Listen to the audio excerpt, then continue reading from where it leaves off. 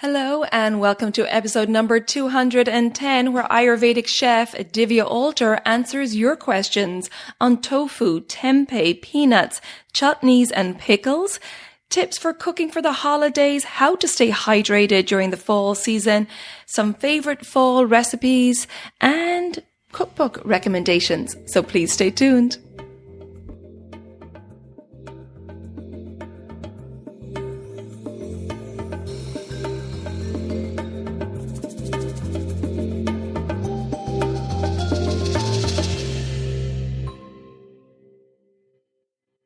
Welcome to the Elements of Ayurveda podcast. I'm your host, Colette, and I hope to educate and empower you to take charge of your health and well-being, preventing disease in the body and mind so that you can thrive in life.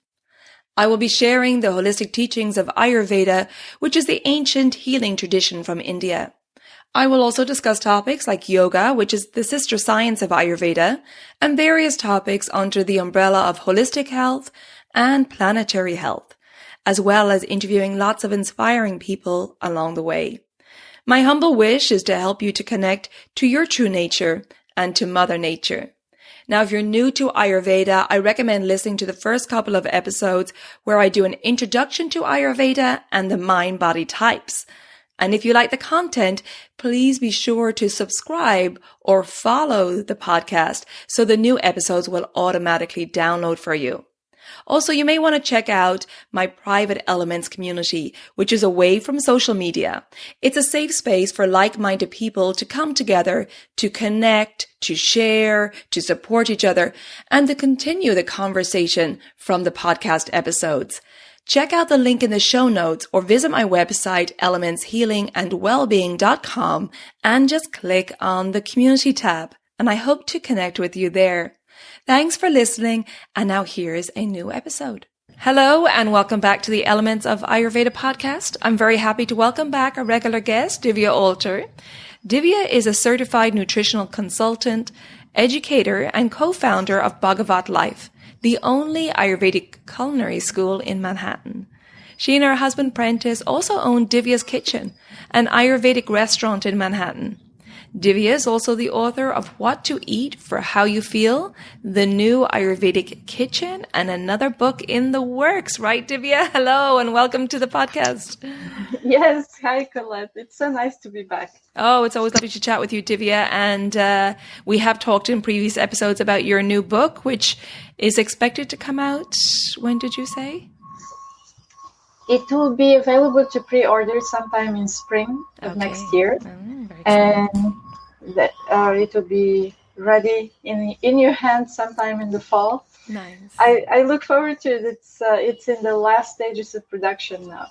Very exciting. After all the work, I know you've put a lot of hard work into this, and it's a long process, so you must be very excited. Yeah, and it's turning out really, really beautiful. I'm very grateful to the whole team that assisted with this book. Fantastic. Great. Well, we look forward to hearing more updates on that. And today we decided to do a Q&A with Divya.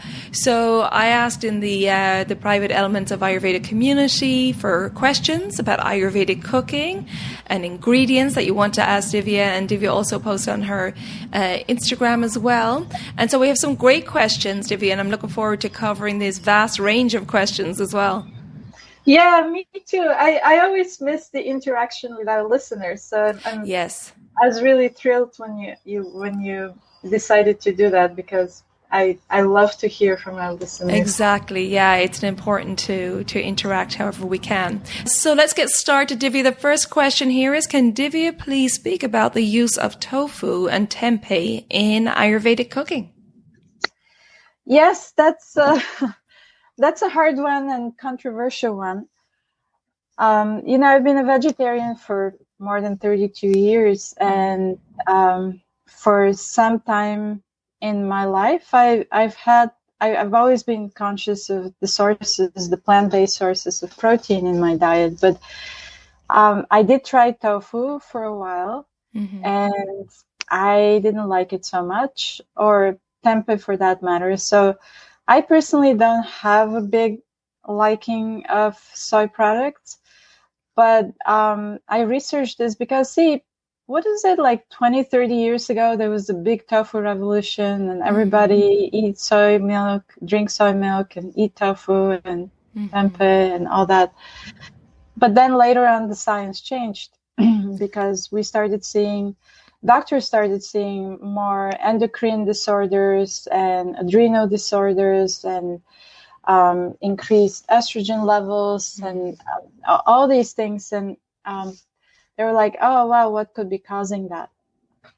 When I met Vaidya Mishra, my Ayurveda teacher from the Shakavansya Ayurveda tradition, and I studied with him. I studied pulse and pulse reading, marmotherapy. And one time he explained how to determine whether your channels are open and in good condition. The physical channels, the pathways in the body called shrotas in Sanskrit.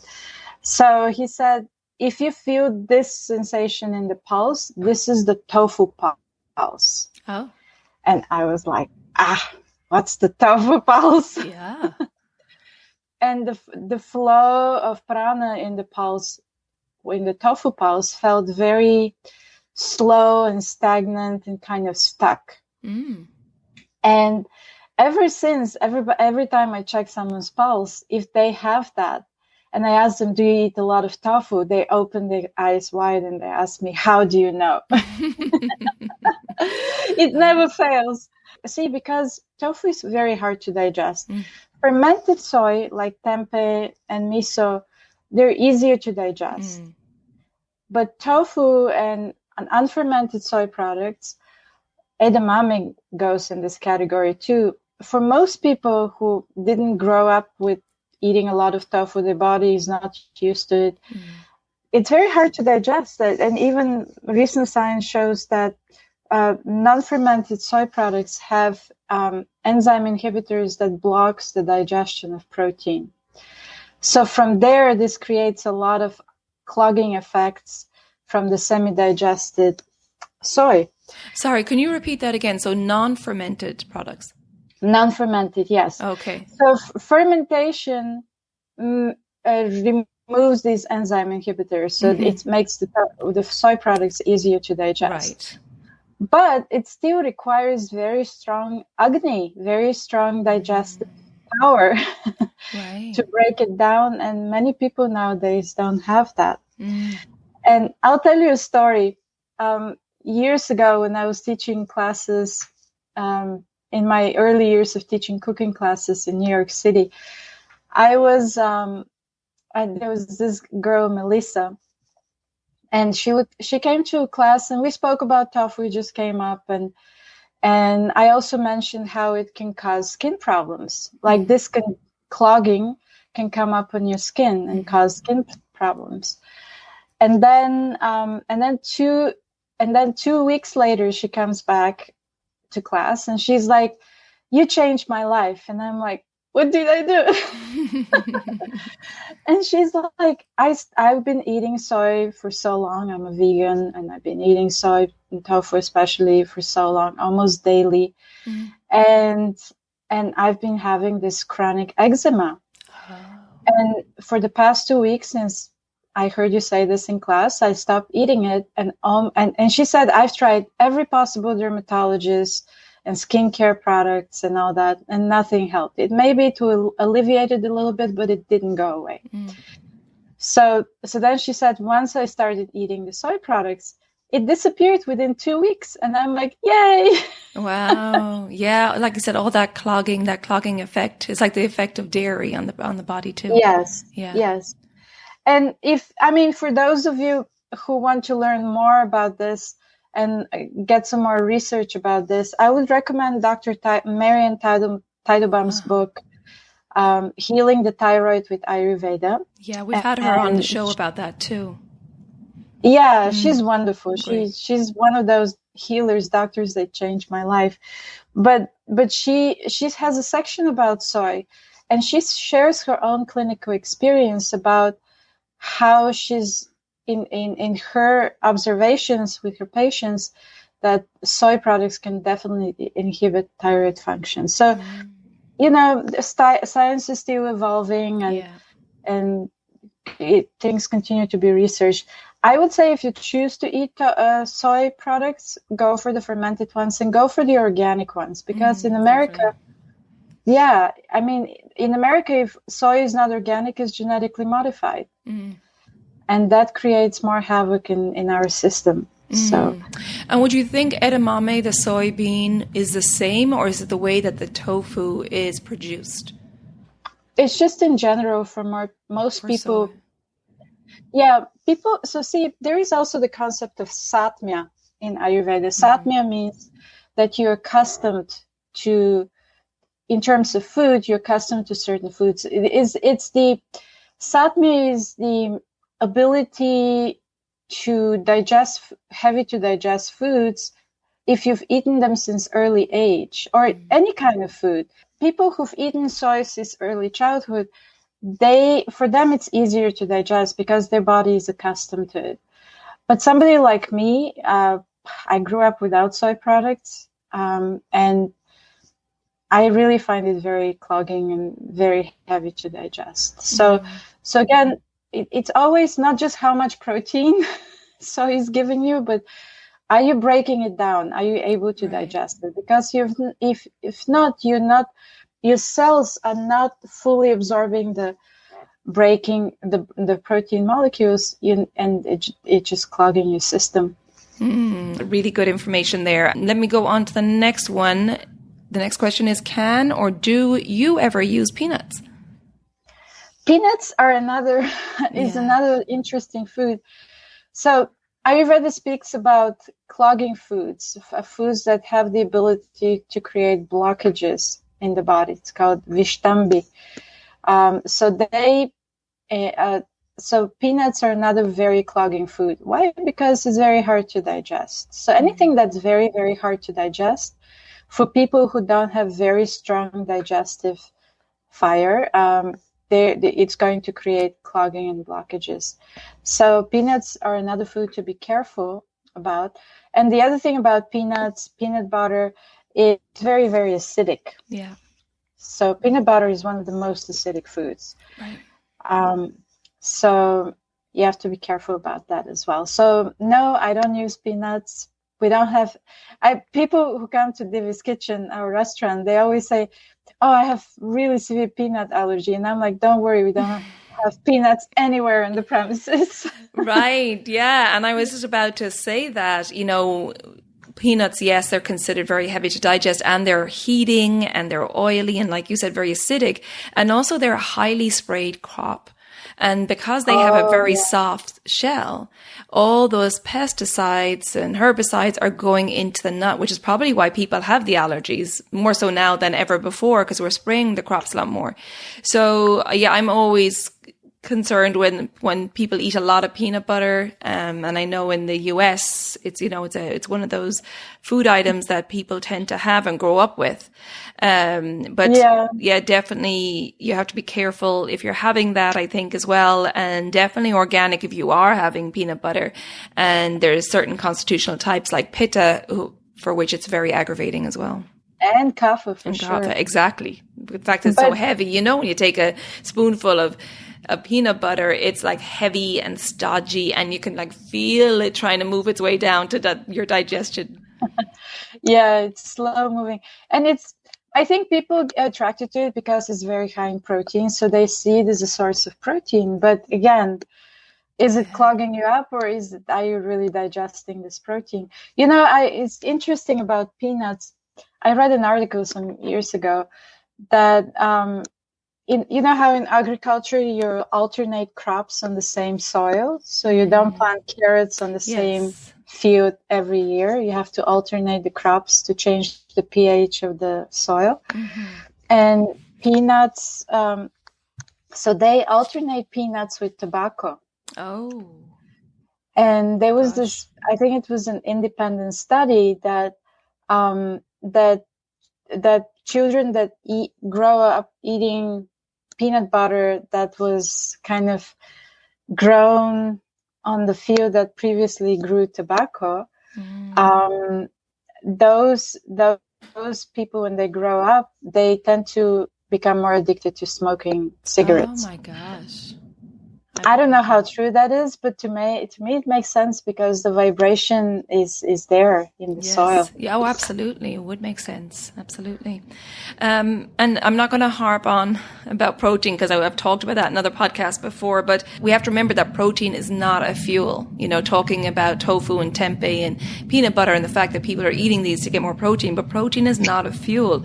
Our cells cannot break down protein into energy.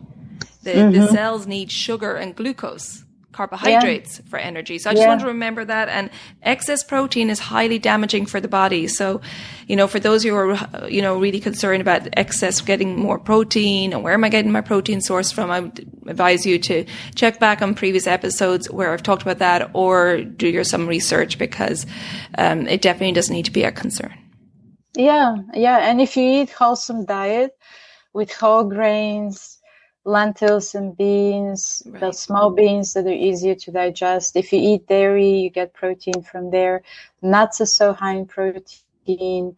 There's certain vegetables that are high in protein. So we're getting it. It's just that make sure you eat a wholesome diet. If you just eat on snacks and you know, highly processed snacks and coffee and non-nutritious food, then you should be concerned not just about protein, but all nutrients. Yes, absolutely. Yeah. And actually, while we're talking about protein, I want to go to the next question, because the next question is, what are some healthy meals that could be made on a budget? And it made me think of beans and rice, which is a complete protein, right? Like in khichdi. Yeah. Khichdi is a great idea. For a budget meal because it's very inexpensive. It's very filling. It's easy to digest, super nutritious, very healthy, and you can create so much variety with it. And when you get tired of khichdi, you can just make a lentil soup with rice or another grain. In general, grains are not expensive. Yeah. And whole grains are a great source of protein, but many other complex carbohydrates and nutrients that are building blocks for our body. And they also satiate us. Yes. So, and Ayurveda recommends to always have a grain in your meal. And then there are different grains that are suitable for different doshas and different seasons. You can alternate them. But and then it's so much cheaper to cook at home than to eat out. So if you make that switch, you're already saving money.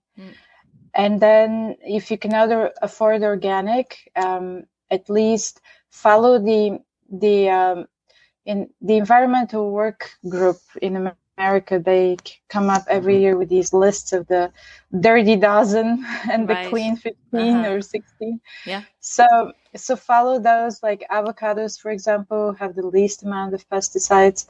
So you can have them non-organic, I guess.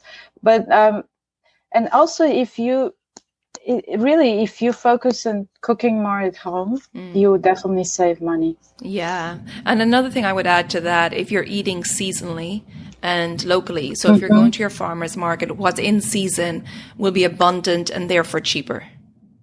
Yes. Everything that's in season is usually on sale. Yes, because they have an overstock of it and they're trying to move it along. So by going to your farmer's market and buying what's in season, which, as we know, in Ayurveda is the way to eat seasonally and locally, that would be fantastic and really budget friendly.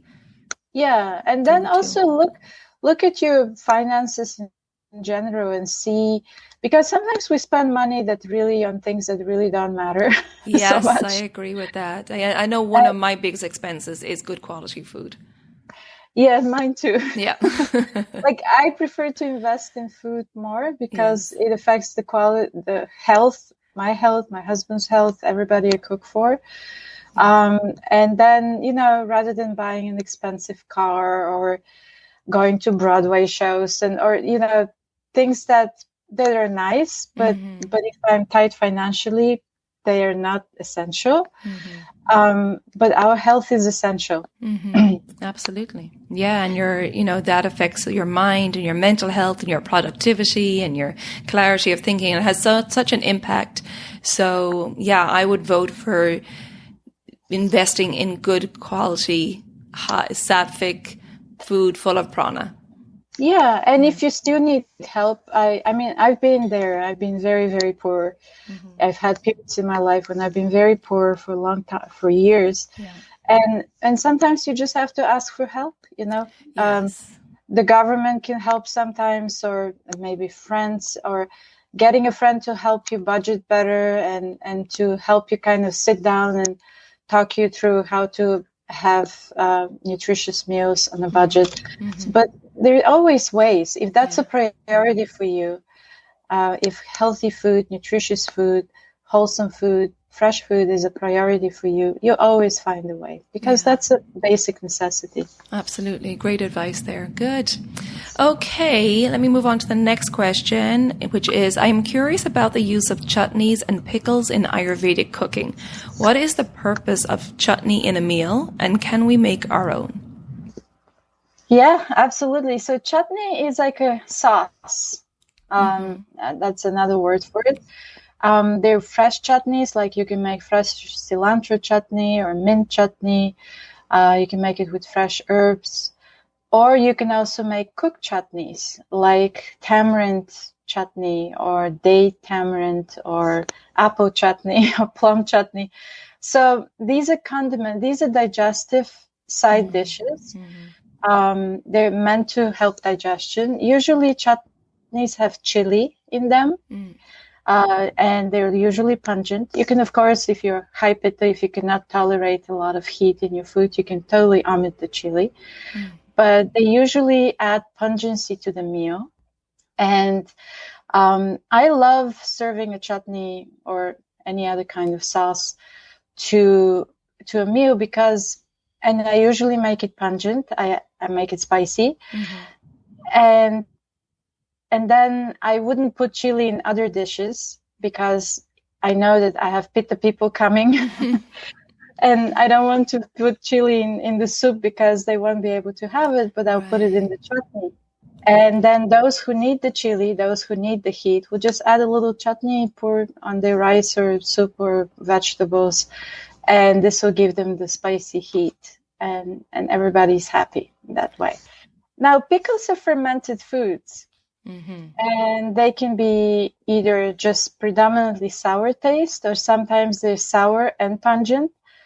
But they are fermented foods, and there are many different types of pickles used in Ayurvedic cooking. But they're, for example, mango pickle. It's very popular. I love lime pickle. This August, I made lime pickle. I cooked it on the sun in a jar on my windowsill for 3 months. It fermented very nicely. And I use it during the season, during the fall-winter season. Can you give us a brief outline on what that consists of? Obviously, limes. So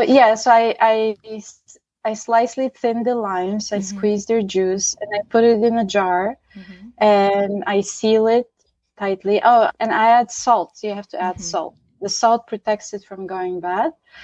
And then it starts to, and you have to put it in the sun. If it's not outside, I kept it on my sunny windowsill. And every day, twice a day, I would shake it up to mix the juice, because gradually all the juice releases, the salt pulls out all the juice, and kind of the limes start to cook and ferment on the heat of the sun, and they become more and more sour. And then after some time, I add a spice mix. Like after a week, I would add a spice mix to that and keep shaking it twice a day.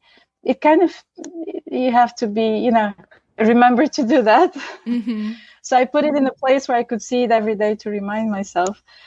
And then I put it in jars. It doesn't have to be refrigerated. And it became very sharp, very strong, very sour, and very heating. And it's a perfect digestive condiment for the fall and winter season. Sounds great. It's very strong, so you have to, you just use the small piece, and I mince it really tiny. I cut it really small, and I add it as a condiment, and it adds sour taste to the food, but it's a wonderful digestive. Yeah. I learned this from Vaidya Mishra. Sounds Lime delicious. pickle. Oh, very nice. Great. Anything else you wanted to add to that question? I don't recommend fermented foods in the summer because they're very pitta aggravating. Yeah. You don't need them in the summer, right? But we need them more in the winter and fall because it also helps us digest our food and keep our channels open. Yes, exactly. Great advice. Okay, so I'm going to jump in here because as you can see from this wonderful conversation with Divya, is that in Ayurveda, as you all probably know by now, there's no one size fits all, and the information is very person specific because we all have a unique mind-body type.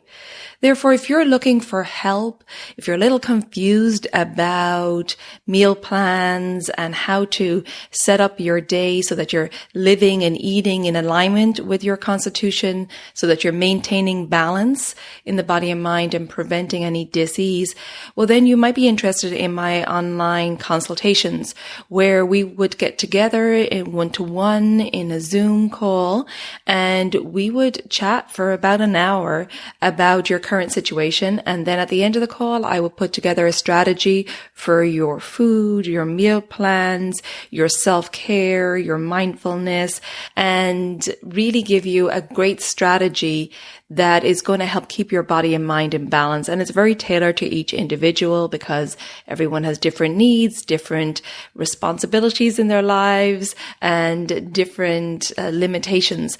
So if you're interested in setting up a one-to-one online consultation so that you can receive this strategy and prevent the guesswork as to what you should or shouldn't be eating, well, then just click on the link in the show notes or visit my website, elementshealingandwellbeing.com, and just go to the consultation tab.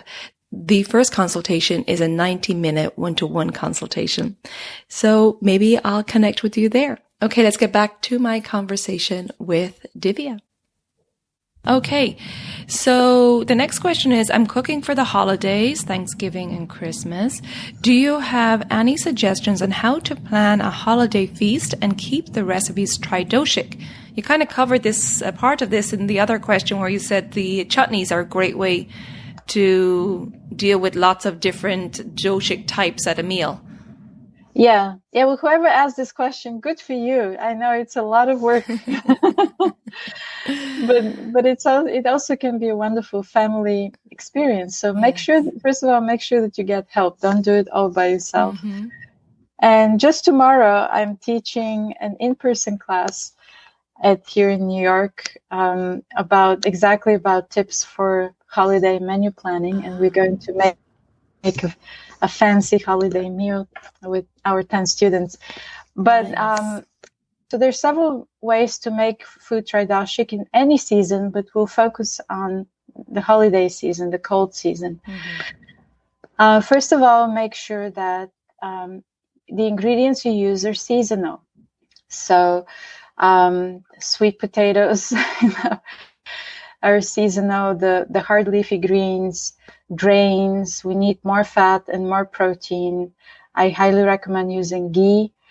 And so focus on seasonal ingredients, whatever you find at the farmer's market. Don't use watermelon. Right. Lots of root vegetables. Mango. Yes. Yes. So that's the first one. Then make sure that you have all 6 days of food. So your meal, when you're planning the menu, think about, this is the sweet taste. These are the building, heavier, nourishing foods. Mm-hmm. So grains, proteins usually fall into this category, nuts, a lot of root vegetables, any kind of sweet things made with flour and sweeteners. So the main dishes are predominantly sweet taste. Doesn't mean they have to be sugary sweet, but by sweet we mean the building and the nourishing foods, the satiating foods. And then you definitely I would recommend having something bitter. like leafy greens, or what else is bitter in season? Let me see, burdock root.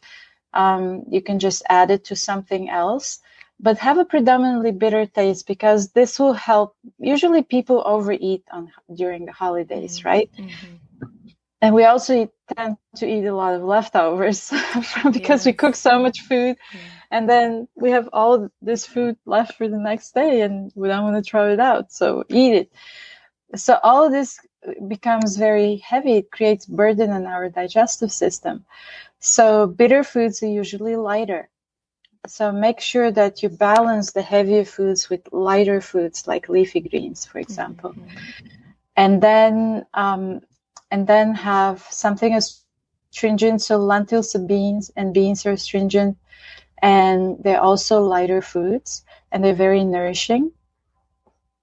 And definitely something sweet, but don't use the refined sweeteners, the white sugar and artificial sweeteners like that. Use the wholesome sweeteners. Use whole flours instead of white bleached flours. Like that. So choose wholesome ingredients that are in season, and be mindful of the 6 days of food. Okay. And then the other thing is, yes, you can have condiments and different sauces. Like when I have a big meal, I have at least 2 or 3 different types of sauce that complement the main dishes on the menu, but I would have them in different tastes. Like something is more pungent, something is more sour, something is a little sweeter, like that. And you also have to consider who is coming to your dinner. So if you have children, do you need to prepare something special for them? If you have elderly people who have special conditions, or if you have people that have food allergies and dietary restrictions, so you have to consider all of that. And the main thing not to get stressed out is to really plan it, like plan it ahead of time. So make your menu, make your shopping list, look at your home equipment and see, do you have enough pots or enough plates and cups and all these things, like, so that you're not stressed out the day before, the day off, and you can really enjoy this time with your family, cooking together, eating together. Shop ahead of time, do your prep. You could chop vegetables or make almond milk or other things like staples, spice blends. You can make this a day or 2 ahead of time. Some desserts you can even make ahead of time. So plan it in a way that it's a joyful experience. It's not a stressful experience for you. Great tips. Yes. Well, I have another addition to that, because you're talking about planning in advance. And another question that came in was, how do you drop perfectionism in cooking and eating? And I think this can particularly show up around the holidays if you're cooking for a big group of people. And that can lead to a lot of stress, the pressure you put on yourself to have things perfect. Yeah. Well, I mean, perfectionism manifests on many levels. But in cooking, I would say it always starts with self-acceptance. So accepting yourself the way you are, with all your imperfections, because they're not really imperfections. They're just you. Exactly. They're unique features of who you are. We all have our strengths and weaknesses, and our weaknesses are meant to help us evolve. These are the points we need to help us grow and evolve in this life. So I don't see them as imperfections. I see them as my weaknesses as my teachers. It's like, instead of, oh, I'm so much like this and this and this, I'm so bad, I look at it and I'm like, oh, that's what I need to work on. Yay! I see it now. Right, exactly. So don't consider it. So perfectionism, see, when you have a loving attitude when you cook, and when you serve your food with love and with this enthusiasm and real desire to serve and to please the those you're cooking for, because usually perfectionism really comes up when you cook for others. For ourselves, nobody's looking, it's Right. okay. Right. but when you cook for others, we can become obsessed.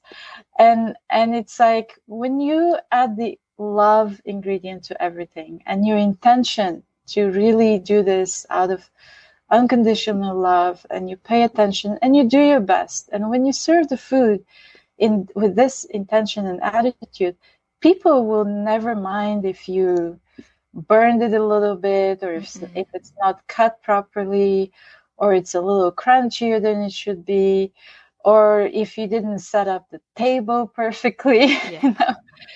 Because they will be so captured by your love, then all these other things will not matter. Exactly. Yes, good advice there. And I think also you mentioned earlier, Divya, is to get help.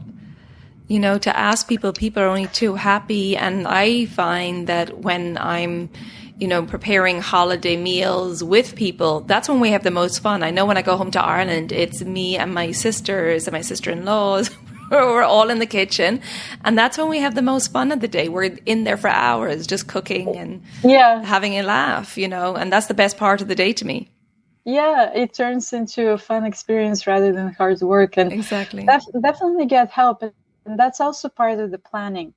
So being very clear of what it's going to take to prepare this meal and what kind of help you need before, during cooking.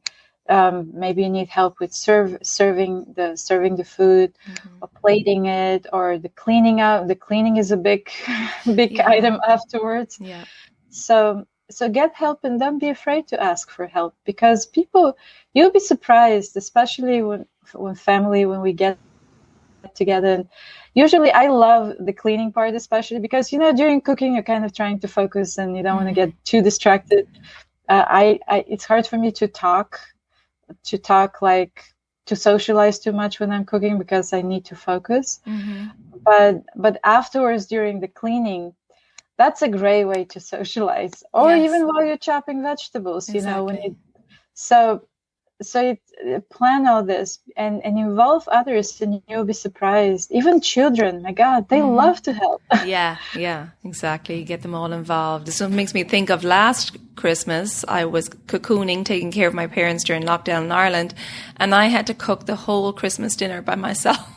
I mean, the works with all their meat and everything. Obviously, I don't eat meat, but I was doing it for them. I was exhausted. I think I was there for hours by myself cooking, and I was exhausted, and I was like, never again. Like other years, we'll be allowed, hopefully this year, to have other people in to help out. But yeah, I'm one for, bring on the help. Yeah, well, I'm sure your parents appreciated it. They did. Yeah, it was an experience for me, because I have never cooked, like turkey, ham, all that stuff. I had no idea. So it was a lot of research, but yes, a one-time event. Yeah. And also another tip for that, I think, as well, is what I like to do with my friends if we're getting together, is have a potluck and everyone brings a dish. And I think people love that as well. And it really, saves you a lot of time and a lot of pressure on creating everything. And people always want to bring something. They're always unsure of what to bring. So by bringing their own dish, and then they're kind of assured that at least they'll have one dish that they really like because it's their dish. Yeah, and you can coordinate the potluck also, so you have a variety of dishes on the menu. Exactly. Okay, great. All right, next question. Tips for staying hydrated as it gets colder and drier outside. Are there recipes you find hydrating? And I'm going to ask another question along with this. Separate question, what's your go-to dish for fall right now? So I feel all that is tied together. So tips for staying hydrated as it gets colder and drier, recipes you find hydrating, and your go-to fall recipes. Yeah, well, I would just share my thoughts with Colette. I would love for you to jump in on this as well. See, because there's so much dryness in the atmosphere during fall and winter, especially as soon as the heaters come on. Oh my God, it's like my skin gets so dry. So dry, yeah. It's not just the wind outside, but it's the heaters inside. So drinking water, but boiling the water first. So what you can do in the morning is, let's say you drinking a liter or a liter and a half of water. And then in the morning while you're getting ready, you can just put all this water you're going to drink for the day, put it in a pot, uncover it, and bring it to a boil. And then when it starts boiling, you can simmer it a little bit, uncover it for a minute or so. Mm-hmm. And then either put it in a thermos and sip it hot throughout the day, or just let it cool down and put it in your water bottle.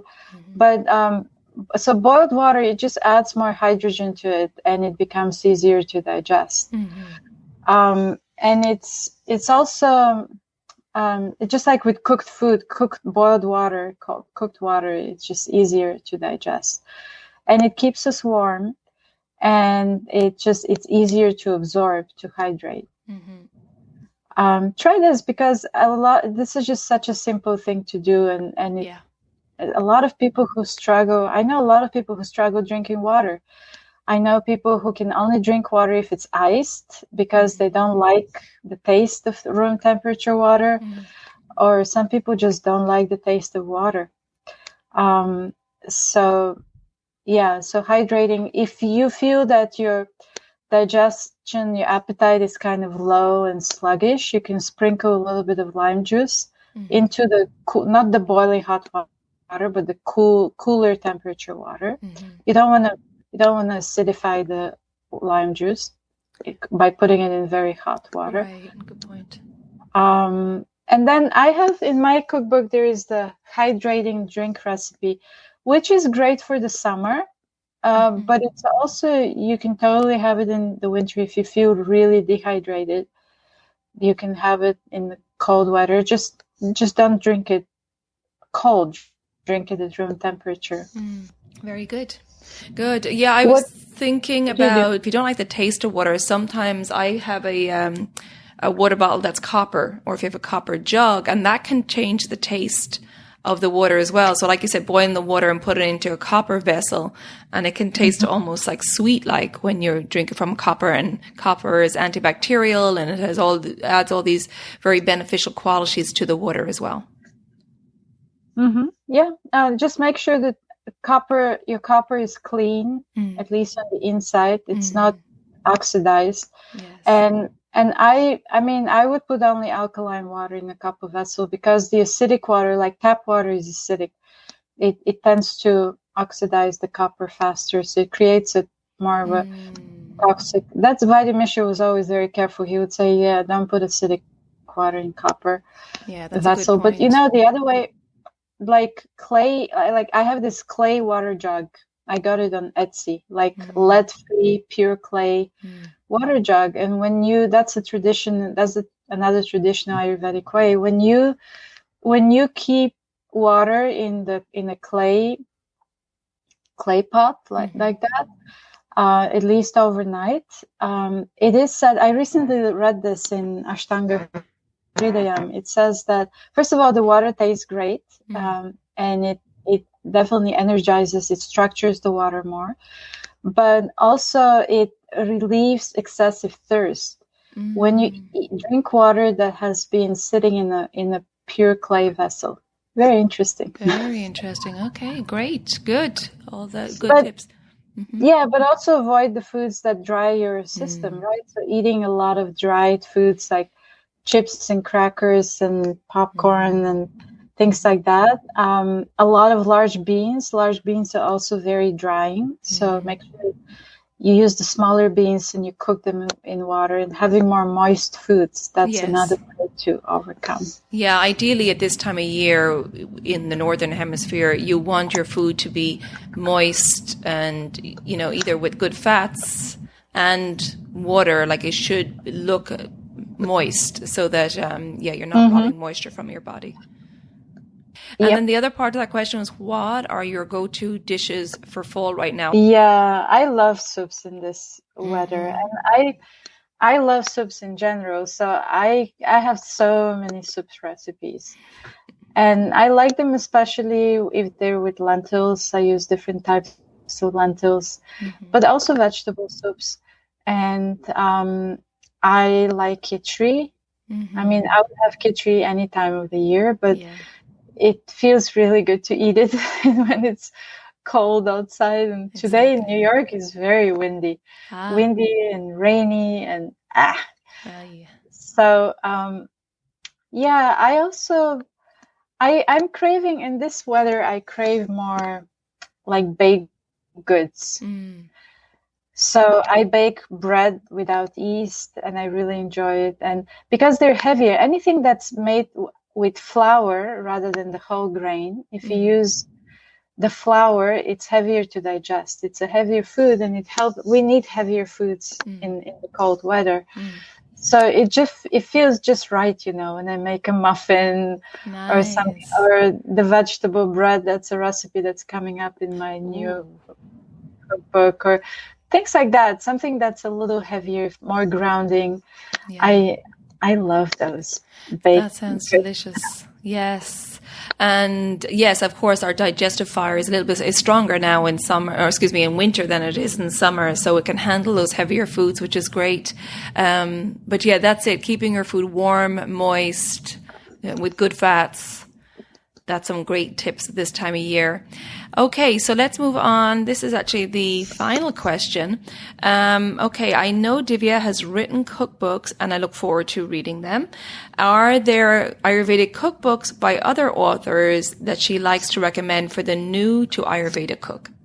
Yeah, there are many Ayurvedic cookbooks out there, and I have a lot of them.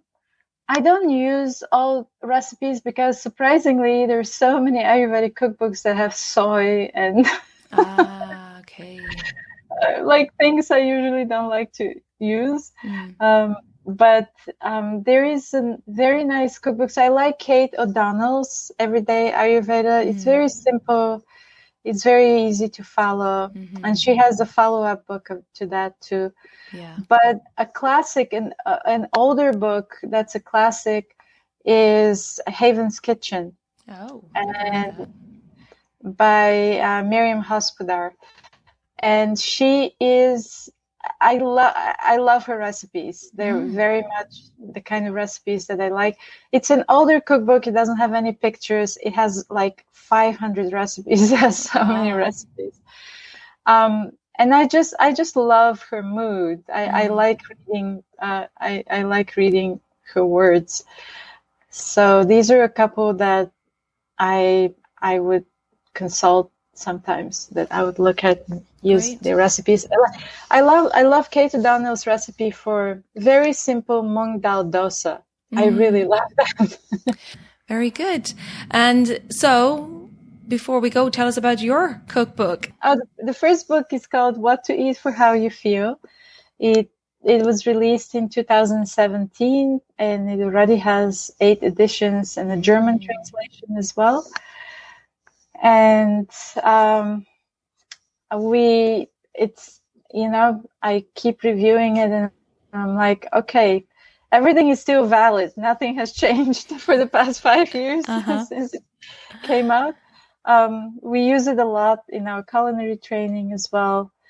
And the cookbook teaches you how to cook with seasonal ingredients and adjust the recipes according to your digestion. So it's not just your dosha, but what's the strength of your digestion today, and how to adjust the seasonal recipes accordingly. And that's a lot more personalized way of eating. Great, absolutely. Well, Divya, thank you so much for answering all these great questions today. And thank you to everybody who submitted these questions. Really great to get a diverse group of questions here. And Divya, before we finish up, can you tell people where they can go to find out more about you and your offerings, please? Yes, I'm also, thank you, Colette, and thank you all for listening to our podcast today, and thank you all for your questions. It's always a pleasure. I hope one day we can have almost like a reunion, that we can all see each other in person. I know, wouldn't it be great? Yeah. But we are in New York City, and our restaurant Divya's Kitchen is in the East Village, between First Avenue and First Street. Very easy, First and First. We also have our cooking school, Bhagavat Life. You can see the link in the write-up to this podcast. And we've been offering virtual cooking classes for the past, year and a half.